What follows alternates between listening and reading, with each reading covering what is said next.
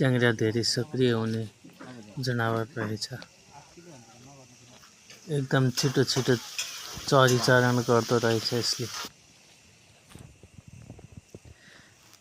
यो हातबाट फुस्कियो भने यसलाई भेटाउन धेरै मुस्किल पर्ने रहेछ साथीहरू। यो फुस्कियो कि त गयो, छोप्न सकिँदैन। धारिलो काँडाहरू खाने अनि कटुसको काँडाहरू त्यस्तो खाने।